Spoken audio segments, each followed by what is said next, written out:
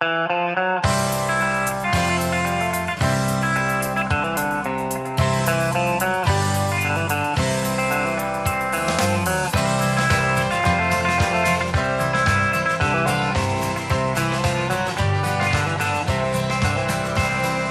don't we liberate these United States? We're the ones who need it worst.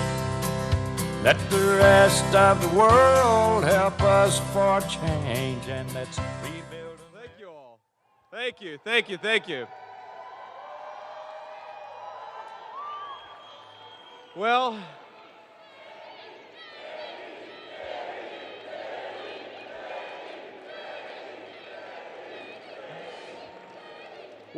I got to say, it is great to be in Johnstown, Pennsylvania, and in only 25 days, we're going to turn this town red, we're going to turn Pennsylvania red, and we're going to take back the country and make Donald Trump the next president of the United States.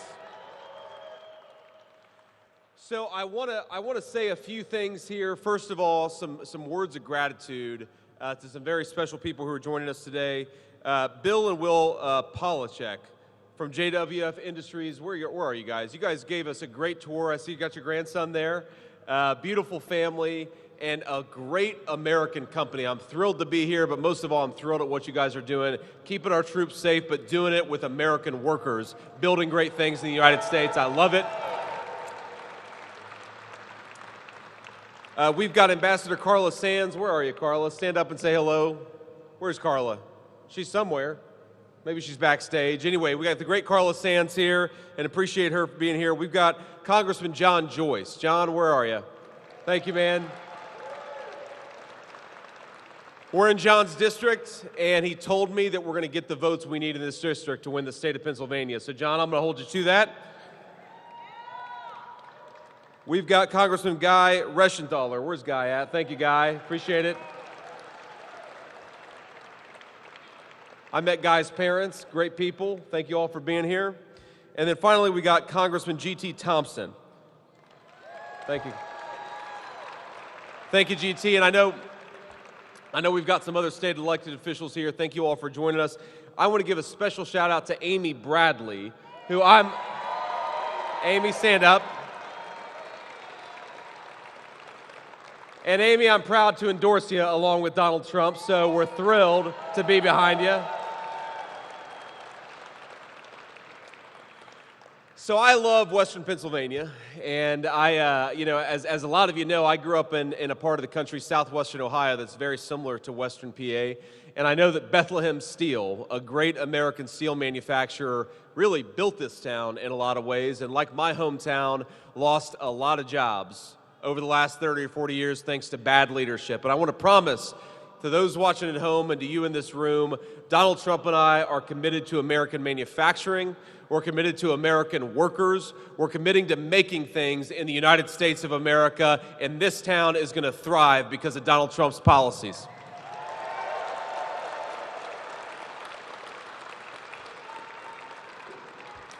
Now, I actually got, before I got up on the stage, Will and Bill showed me around these great vehicles that they're building for the next generation of our warfighters. And I imagine we've got some of your employees here in the room today, but I'm just so proud of you guys.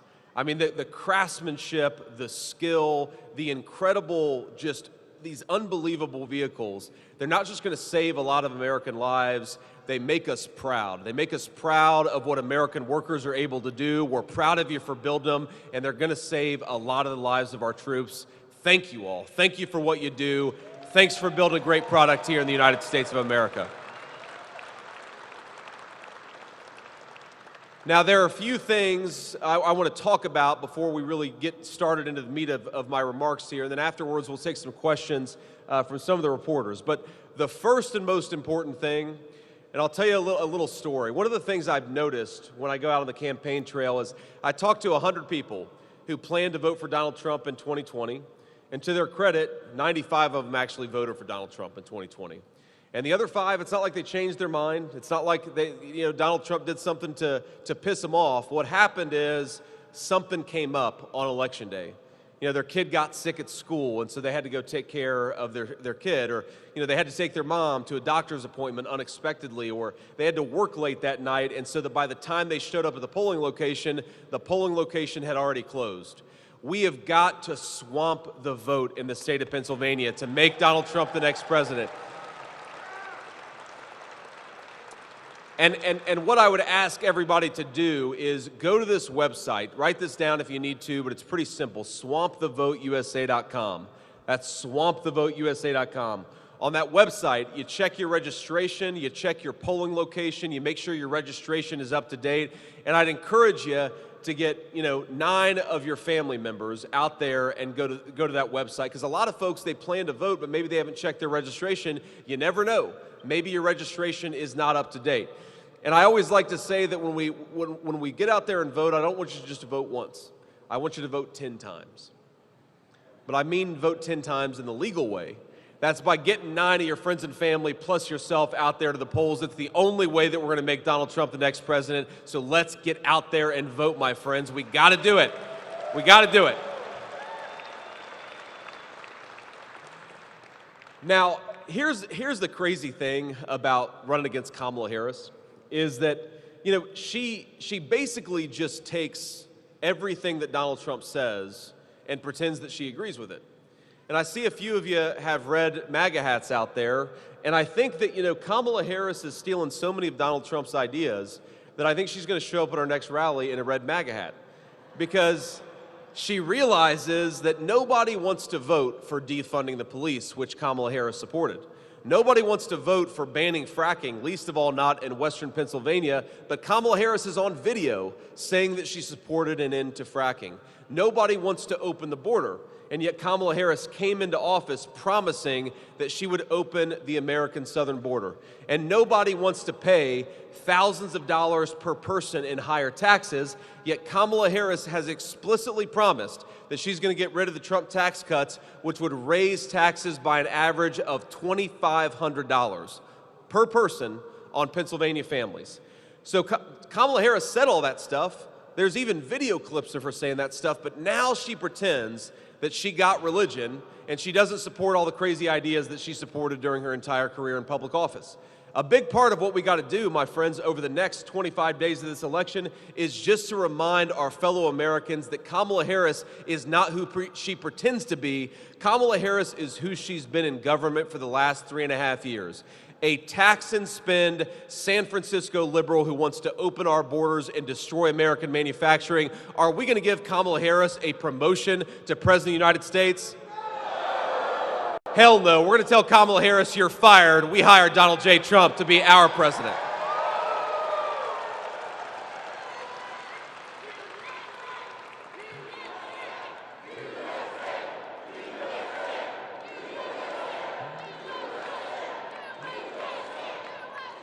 Now, you all probably have noticed, that Kamala Harris has been doing some more interviews lately.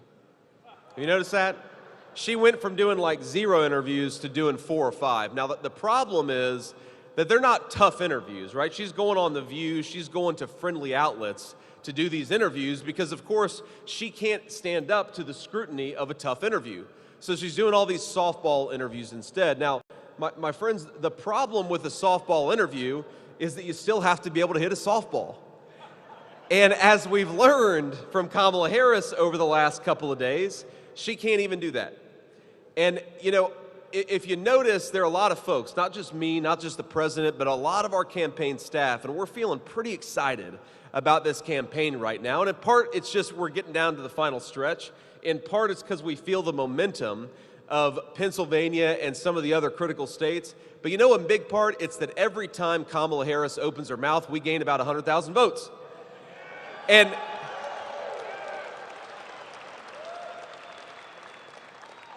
we don't have a TV in here. Well, I guess we got this one, but I should have queued it up beforehand. So I'm going to have to remember off the top of my head what Kamala Harris, she said earlier in this week. She had an interview with The View. Have you seen this interview?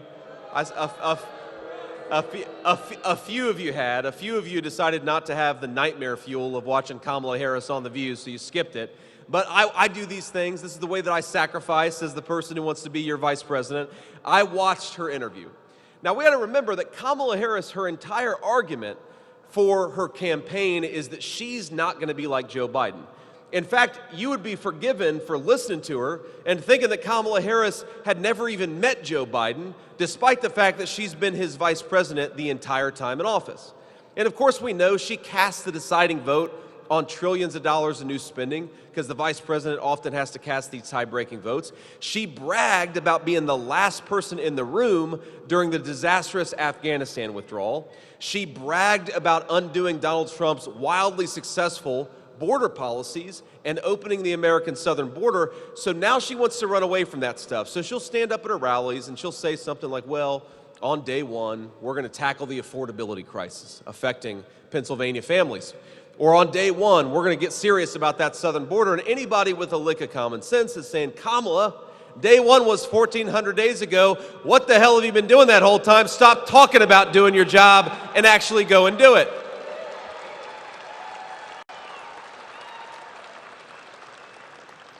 But she blew up the whole narrative of her campaign in this View interview because they asked her, well, what would you have done differently? You've been the vice president. What would you have done differently than Joe Biden? And she says, well, nothing comes to mind. So she just, for 2 months, tried to tell the American people she was going to be different from Joe Biden, and now she shows up and openly brags, in her own words, well, nothing comes to mind. She wouldn't have done anything differently from President Biden. Now, I told the Trump campaign senior staff, because one of them, you know Jason Miller, you've probably seen him on TV. Jason's a good guy. So Jason calls me earlier this week and he tells me about this interview, and then I watch it and I'm like, wow, it's even worse than you said. And I said, Jason, what we ought to do is take that clip and add on the end of it, I'm Donald J. Trump and I approve that message, and just run it in every battleground state in the United States of America. And it's amazing, my friends, that's exactly what they did. Go on my social media, you'll see Kamala, in her own words, destroying the entire narrative of her campaign.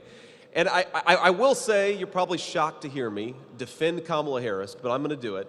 Because when she says nothing comes to mind, that's probably a pretty accurate characterization, whatever the topic is, right? That's just kind of, unfortunately, well, yeah, there's a famous saying that a political blunder is when a politician actually tells the truth. Well, Kamala Harris just accidentally told the truth. And here's the thing. We can joke about it, and we can joke about the fact that she runs away from anything that isn't a softball interview. But we got to be honest. And I know this because I grew up in a family where we suffered when politicians didn't do their jobs. We have got real suffering in the state of Pennsylvania because Kamala Harris isn't doing her job.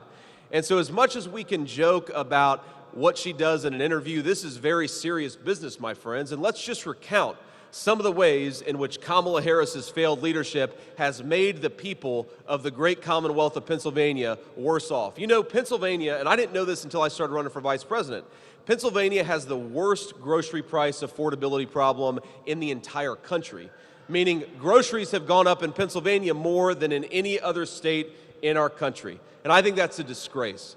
And as a person who was raised by a grandmother who would sometimes negotiate with Meals on Wheels to try to get a little extra food, we got to think about the people who are suffering when, thanks to Kamala Harris's policies, groceries go up by 25%. That is the legacy of her leadership. You know what another legacy of Kamala Harris's leadership is? We've got almost 10% credit card delinquency rates. So on the one hand, Kamala Harris wants to go out there and brag about how great the economy is. Is the economy actually doing well for Pennsylvania workers and families right now?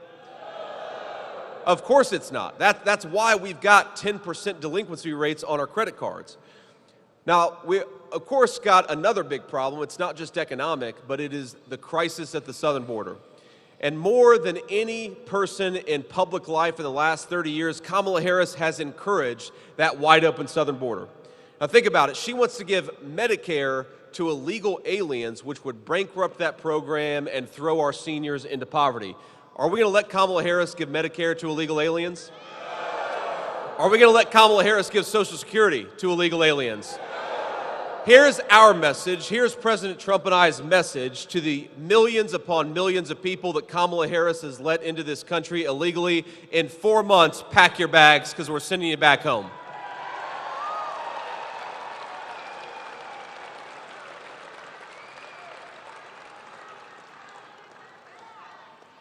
And here's the thing, the media doesn't want to talk about this, but it's an important part of what's going on in this country. You know, when you let in 25 million illegal aliens who have no right to be here, that drives up the cost of housing.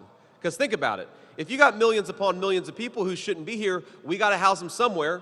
And we know that thanks to Kamala Harris, we got veterans sleeping in park benches and under bridges, but we're giving illegal aliens first-class hotel rooms. So here's the Donald Trump approach to American housing and the way that we're going to make the American dream more affordable for American citizens. The American dream of homeownership is American homes ought by rights go to American citizens, not to people who don't have the legal right to be here in the first place.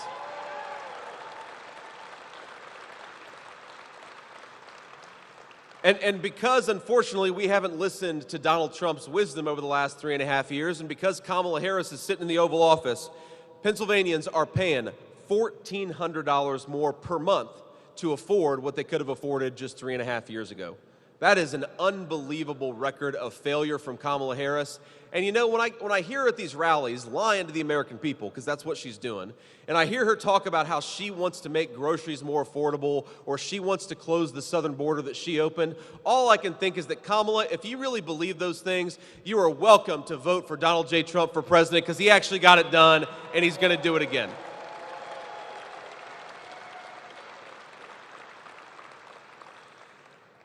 Here's the final point I want to make, and I know I've beaten up on Kamala a little bit, but that's why you all probably came here it's okay, right? It's okay to beat up on Kamala a little bit. It's important to be honest about the record, right? And her record is one of failure for the American people. Here's what bothers me most about Kamala Harris's leadership. It's not just that she's been bad about all these policies, is that she has the audacity, she has the gall to call the American people bad names for daring to have an opinion about her disastrous record. Think about this. What her and Tim Walz are doing right now is going around the country and telling everybody who's pissed off about Kamala Harris's open border that they are racist, that they're xenophobes, that they're bad human beings for daring to have an opinion about what's going on in their own country. And you know what Donald Trump and I believe? Even if we disagree with you on a given issue, we will fight for your right to speak your mind in the United States of America, because we believe in the First Amendment.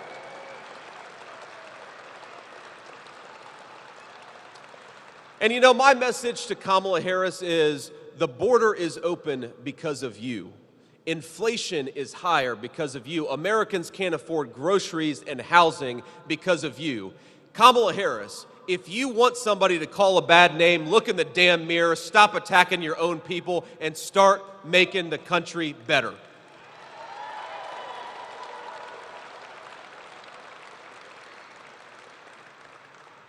So I'm gonna stop here in a second, but I want to leave you with just one final thought, and I'm going to repeat myself, and I apologize for doing it, but I'm going to repeat myself because it's important. Before I take questions from the reporters, I want you to think back to 2020. And if you were like me, you went into the election on 2020, and of course we voted for Donald Trump, and you know, I'll be honest with you, I kind of believed the fake polls and the fake media. I maybe didn't think that we had such a good chance, and then the returns started rolling in. And remember how it felt around 9:30 on Tuesday night? Like, oh my God, he did it again. We actually elected this guy president again. And then, of course, things went in the wrong direction. Here's the way to prevent that from happening. One, I've got a job to do. And the RNC and the Republican Party, we've got a job to do. We've got to fight for election integrity in a way that honestly we didn't in 2020, and we are doing that. We're making real changes to fight for election integrity. But here's what you all have to do. You all have got to make the margin so big in Pennsylvania that it doesn't matter what shenanigans Democrats pull at the very last minute. And the only way to do that, we're never going to have the fake media. We're never going to have the Democrats telling the truth, but we do have our own voices and we have our own networks, our friends and our family. That is the people power that is going to make Donald Trump the next president. So think about this. You all have, I'm sure every single one of you, you're on Facebook, you're on X.com, formerly Twitter, you're on whatever social media that you're on, or maybe you just got a lot of people in your address book that you can text or call or send an email to. We have got to get everybody to the polls. So I'm going to repeat this website, swampthevoteusa.com. If we get out there and vote, if we make our voices heard, we are going to take this country back. We're going to make Donald J. Trump the next president of the United States. We got 25 days to go. Let's do it, my friends. Let's work our rear ends off, and let's make this happen. God bless you guys.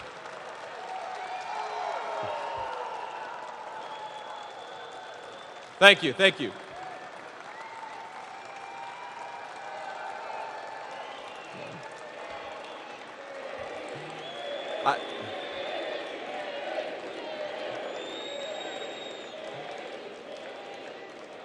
So we're going to take some questions from reporters, but we've got some beautiful babies in the crowd. How old is she? That's right, that's right. Well, if we were Democrats, we'd try to get them all to vote, but we're not going to do that. They're not allowed to vote until they're 18. But I want to thank you all for bringing your families, and not just beautiful kids, but well-behaved kids. I'm surprised we've made it this whole time without anybody really complaining. Maybe I should trade you my kids for a couple of weeks. You can knock some sense into them. Anyway, guys, let's start with local reporters first. I'll take as many questions as we got time for, and then we'll move on to the national folks. So Harris supporters are continuing to say that Trump is going to enact Project 2025 if he gets in office. Can you reassure people whether or not that's going to happen? Yes, ma'am. I think you heard the boos from the crowd because, look, love Donald Trump or not, does anybody speak for Donald Trump except for Donald Trump? No. So here, it's funny because the Kamala Harris campaign has nothing to actually run on. They're taking a 900-page report from a conservative nonprofit organization and saying somehow that organization speaks for Donald Trump. Again, I don't know if you've noticed, but Donald Trump speaks for himself. Project 25 has no relation to the Trump campaign. It doesn't control what we do. No one controls what we do on the Trump campaign except for the man at the top of the ticket, and that's Donald J. Trump. So if you... And you know what I find so weird about this accusation that Donald Trump is going to implement some mysterious agenda instead of his own policy plans is Donald Trump was already president and he did a damn fine job without Project 2025's help.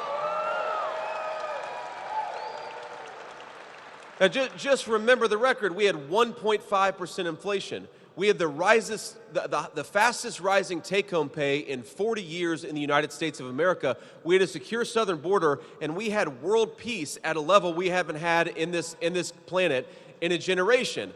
Donald Trump speaks for Donald Trump. Donald Trump is going to govern according to his own plans and his own wishes. And because of that, I think the American people are going to be more prosperous and the world is going to be more peaceful than it's been in 40 years. That's a great thing, and nobody else, certainly not Project 2025, speaks for Donald J. Trump or for me.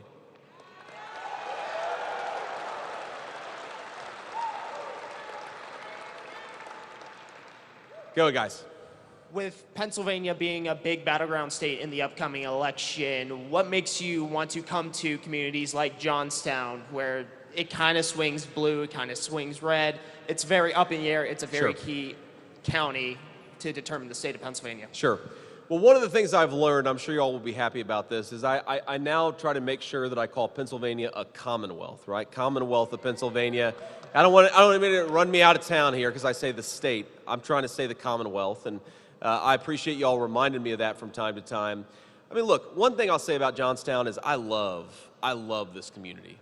And, you know, when I was coming in here, you know, you come across the bridge, you go over this beautiful river, and, you know, there's a view that you get where you're driving up to this factory, and you look behind you and you see a church kind of set against the mountains.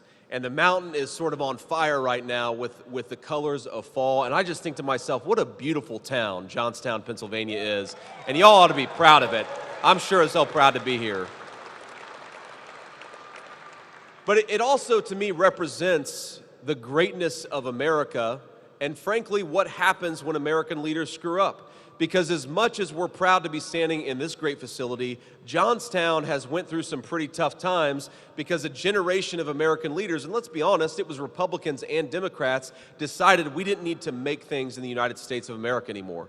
And Johnstown, Pennsylvania bore the brunt of that failure of American leadership, just like Johnstown bears the brunt of the failures of Kamala Harris's leadership.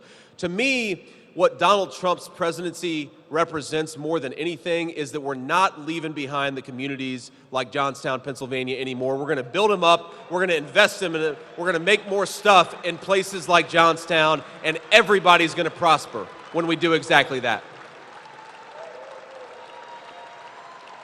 Sir. Sir, do you or do you not condemn the attacks on the Capitol from the last election incited by Donald Trump?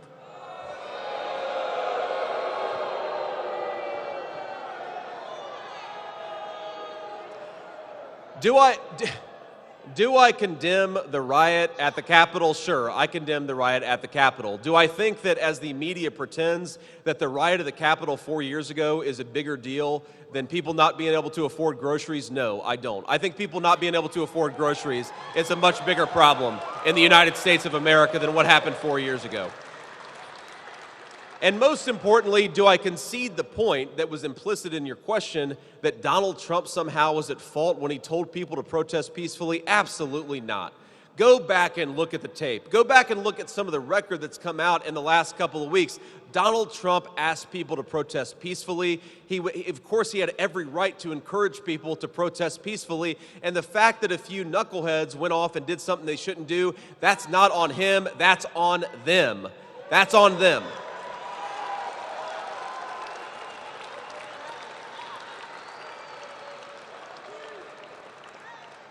You Next mentioned veterans. PA has the fourth largest population of veterans in the Sure. country, and as a veteran yourself, you know a significant portion faces homelessness. The federal government recently announced $17 million in grants for services directed to help veterans find housing. If elected, would the Trump administration continue to prioritize these efforts, or how else would you help? Of course we would. But let's be honest here, $17 million, while it will help, is not nearly enough to meet the challenge of the homeless veteran population in this country. And I think,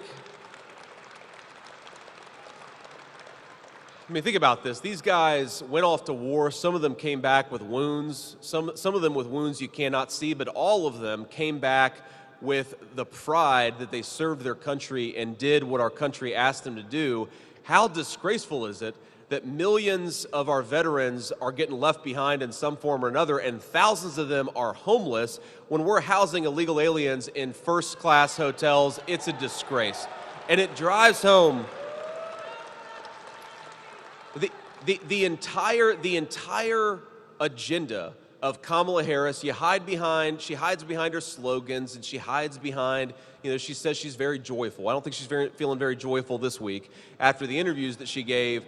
But she hides behind these slogans or fake attacks on Project 2025, which has nothing to do with Donald Trump's campaign, because she can't answer for the fact that her government has given hundreds of billions of dollars to illegal immigrants when our own citizens suffer. And our veterans are at the top of that list. You know what a big difference between Donald Trump and Kamala Harris? Donald Trump wants to put American citizens and American veterans first. He thinks the government of this country exists to serve the people of this country, not people who shouldn't be here in the first place. That is one of the biggest differences between the leadership of Donald Trump and Kamala Harris. Sir. Good to see you, Senator Vance. Thank you. Two quick questions. One, who's going to potentially replace you in Ohio if you become vice president? Maybe Vivek Ramaswamy. The second question is, a lot of supporters of yours I've spoken to in Western PA, I'm based in Pittsburgh, have asked me, when is Senator Vance going to endorse the PRO Act, or some kind of act to protect the right for unions to organize nationally? Sure. Will you support such legislation? So look, on the first question, I don't know if you all agree with me, but I'm pretty superstitious, so knock on wood, we'll worry about who's going to replace me after Donald Trump and I are elected president and vice president, and until then, I'm not going to think about it. Now, on the question about the PRO Act, so first of all, one of the things that we're very proud of on this campaign is that if you look, according to the Teamsters' own poll, 65% of Pennsylvania's Teamsters support Donald J. Trump for president. That is something we're very proud of, because these are people who build this country, who make it run. We're thrilled to have their support. Now, look, you asked about the PRO Act. Now, here's the problem with the PRO Act is in some ways it doubles down on a lot of the failed things that we've done instead of looking at American labor policy as something that's going to be better for the 21st century than it was in the 20th century. If you actually, and look, I believe in the right of workers to unionize if they choose to do so. But private sector union participation went from about 33% when my papaw was a union steel worker. He was actually a welder, just like Bill. 33% to now it's about 7%. So we have to ask ourselves, what public policies have we enacted that have driven private sector union participation so low? I don't think we double down on what's on the failed model. We got to think about a new model for the 21st century, because that's going to be better for American workers, it's going to be better for American companies, and most importantly, it's going to mean higher pay for people who work hard and play by the rules, and that's what Donald Trump and I are all about. Thank you. Senator Vance, thank you so much for doing this and for taking time to take questions from the press. No matter who wins after the election is over in November, do you commit to a peaceful transfer of power? Yes. Of course we do. Look, this is very simple. Yes, there was a riot at the Capitol on January the 6th, but there was still a peaceful transfer of power in this country, and that is always going to happen. Donald Trump's committed to it, and so am I. Here's what is a little odd about this question. Under Kamala Harris's leadership, we have way more fentanyl in our community than we ever have had before. Under Kamala Harris's leadership, Americans can't afford groceries, young people can't afford to buy a home, credit card delinquencies are through the roof. That is what I'm focused on, and that is what the campaign and the media should be focused on. How do we solve America's problems rather than focus on a fake issue from 4 years ago when, again, Donald Trump said protest peacefully?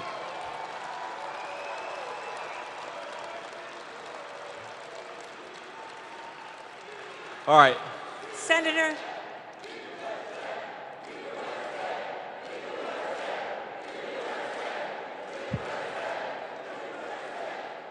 I love Western PA.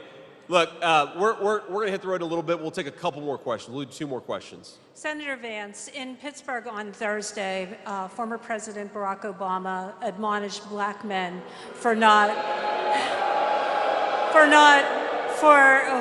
being hesitant about voting for Kamala Harris. I was wondering if you could contrast your approach to hesitant voters and how you tried to earn them over. You know, first of all, I don't believe, whether you agree with me or disagree with me, whether you agree with Donald Trump or disagree with him, I don't believe in hectoring voters. I believe in persuading voters. Support is not something I'm given or something I'm owed. It's something you got to go out there and work for. So one, I just don't like the tone of going in.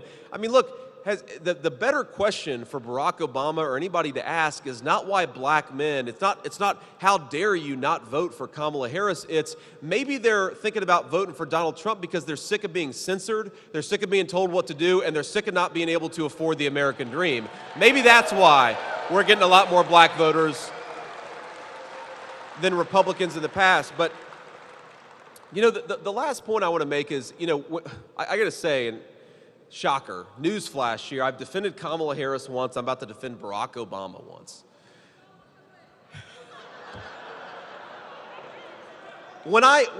So set to the side the hectoring and the tone of Obama when he went in and talking about black voters, like whatever, obviously I just criticized that.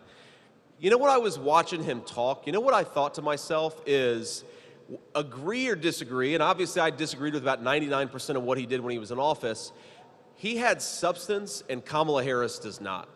Like, he actually had thoughts in his head, and what a contrast that is to Kamala Harris, who just repeats slogan after slogan after slogan. I got to be honest with you, I am offended, not as a person running to be your vice president, but as a fellow citizen. I am offended that a person who is so substanceless as Kamala Harris dares to think that she could be the president of the United States. It is a disgrace.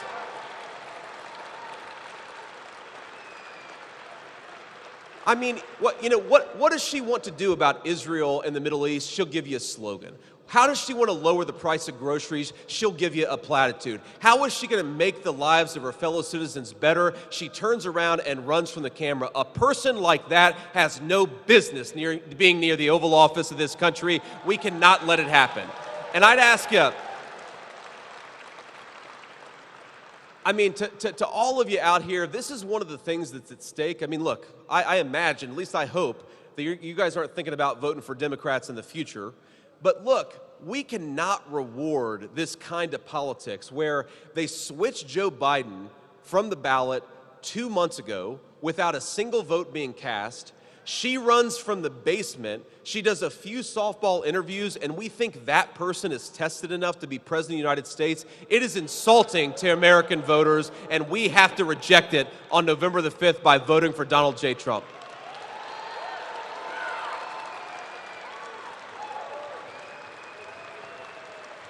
Let's do one more question.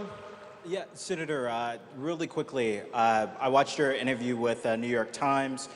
You brought up concerns about corporate censorship in the 2020 election. Sure. It was asked 5 times, do you think Donald Trump lost in 2020? So definitively,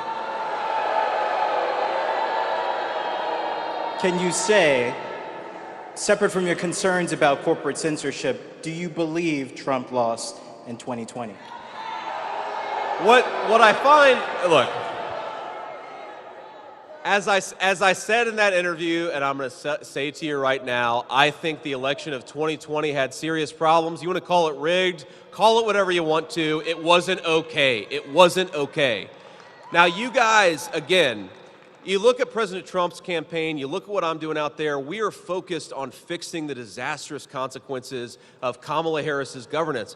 Why is the American media focused so much on relitigating 2020? Trust me, I know what I think. I've told you. I know what Donald Trump thinks. He's told you. I know what the people in this room think. They've told you. You know what I'm a hell of a lot more worried about than what happened in 2020? I'm a hell of a lot more worried that American citizens can't afford a good life in their country because Kamala Harris has been the vice president. And that is what I'm trying to change. But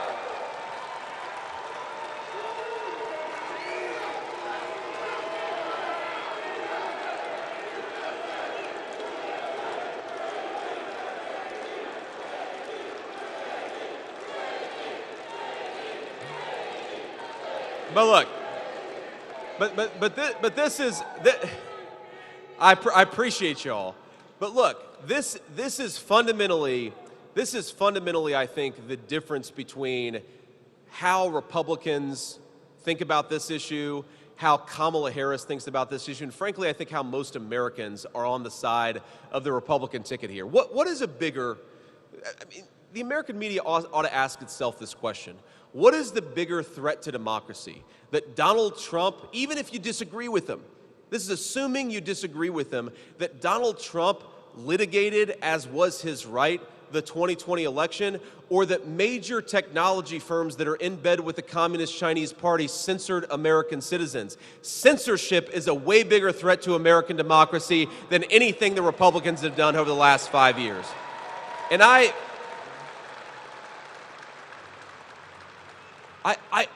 this is something that I think is so important, because what we really are at risk of and losing in this country if we lose this election is the right for you to speak your mind. If you thought that it was dumb that we were masking toddlers, 3-year-olds, at the height of COVID, you ought to be able to speak your mind. If you think that it is ridiculous that Kamala Harris opened the border and let in tons of fentanyl, you ought to be able to speak your mind. If you think that it is disgraceful that we are spending billions of dollars on illegal aliens while our own veterans suffer from homelessness, you ought to be able to speak your mind. Agree or disagree, Donald Trump and I will fight for the First Amendment because that is the most important right we have in the United States of America, and we're not going to forget it.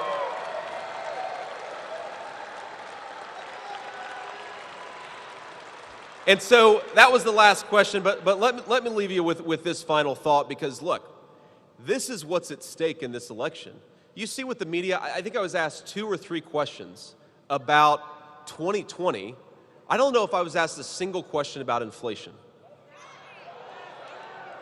I think I was maybe asked 1 question, or maybe 0, about American manufacturing and how to rebuild the middle class in this country. I think I was asked 0 questions about the American southern border. What Kamala Harris and the media are doing is trying to tell us that we should care more about what happened 4 years ago than about her failure of governance.